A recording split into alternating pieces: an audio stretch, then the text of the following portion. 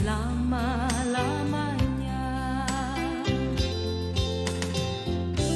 Saya mau ikut Yesus,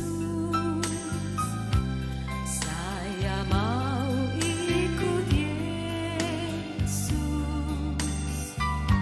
sampai selama-lamanya. Meskipun saya susah menderita dalam dunia, saya mau ikut Yesus sampai selama-lamanya.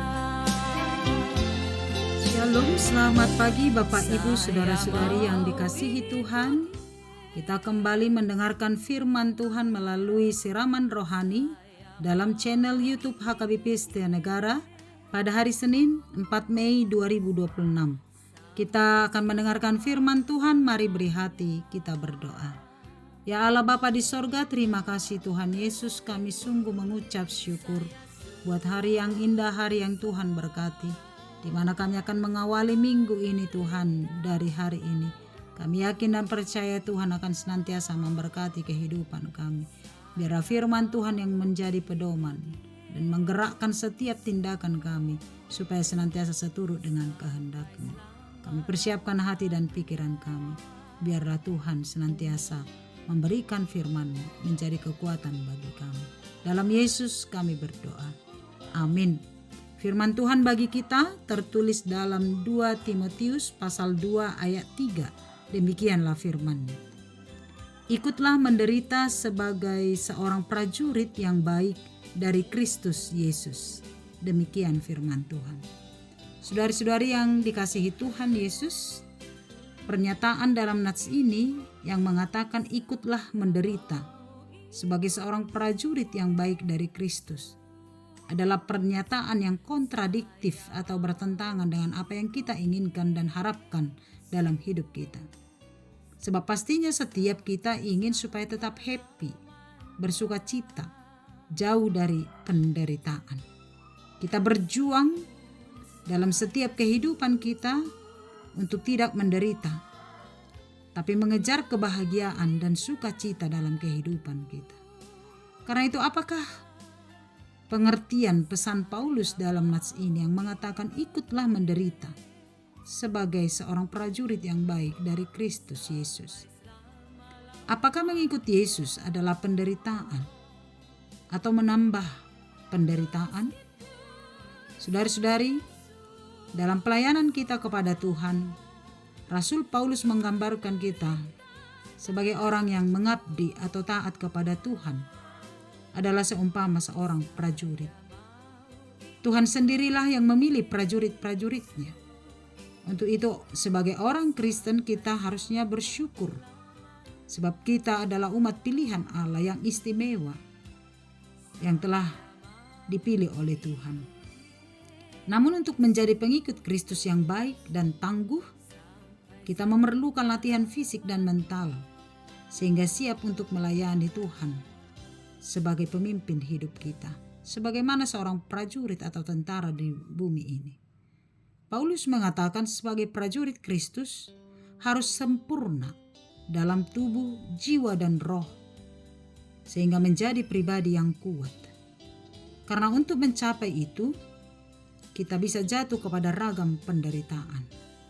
Sebagai prajurit Kristus, kita memiliki misi dan tujuan yang harus kita selesaikan, yaitu untuk memberitakan kabar baik dan membawa keselamatan itu kepada semua orang. Maka untuk memenuhi misi itulah Paulus mengatakan ikutlah menderita sebagai pelayan yang tentunya dibutuhkan keteguhan iman, pelayanan yang membutuhkan tenaga iman dan pengorbanan. Kita harus menderita bagi Injil dan karena Kristus. Sebab akan ada banyak tantangan, penolakan, penganiayaan yang harus diderita oleh prajurit-prajurit Kristus. Karena dunia yang penuh gelap ini jelas tidak menerima dan percaya kepada kabar baik itu, yaitu Yesus Kristus. Maka prajurit Kristus harus menanggung penderitaan demi Injil, sebagaimana yang telah dialami oleh Paulus. Ia dipenjara, dianiaya, bahkan dicaci maki karena Injil Kristus. Namun apakah Paulus mundur? Apakah Paulus menjadi surut? Tidak. Ia pantang menyerah. Bahkan ia berkata dalam 2 Timotius 2 ayat 4, seorang prajurit yang sedang berjuang tidak memusingkan dirinya dengan soal-soal penghidupannya.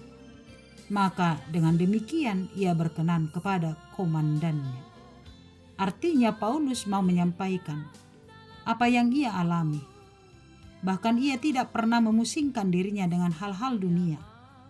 Ia fokus kepada panggilannya. Bahkan meninggalkan kemapanan, meninggalkan kenyamanan yang telah ia miliki sebelumnya. Sebelum Yesus memanggil Paulus, dia memiliki segala-galanya. Tetapi ia menyerahkan diri kepada Kristus, justru berbanding terbalik dari apa yang dia terima sebelumnya. Dia punya kuasa, dia punya popularitas, dia punya pengaruh yang luar biasa ketika itu. Tapi ketika dia tunduk kepada Injil Kristus, semuanya hilang, semuanya dia tinggalkan, bahkan menderita, dianiaya, dipenjara.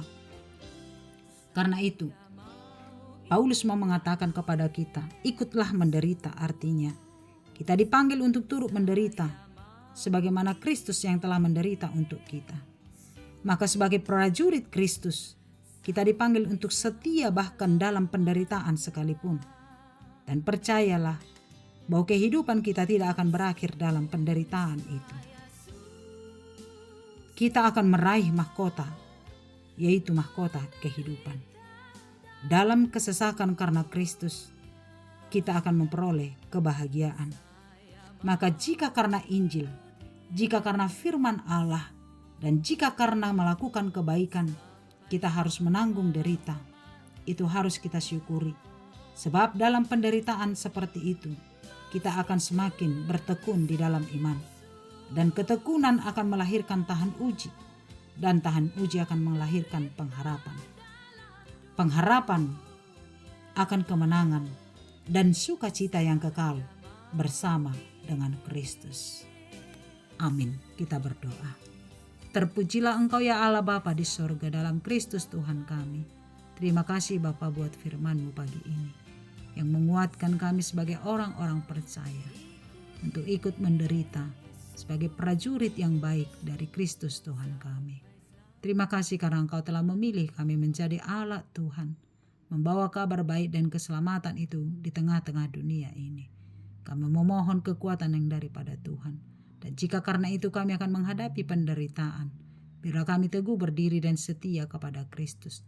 Sebab kami tahu penderitaan akan mendatangkan ketekunan.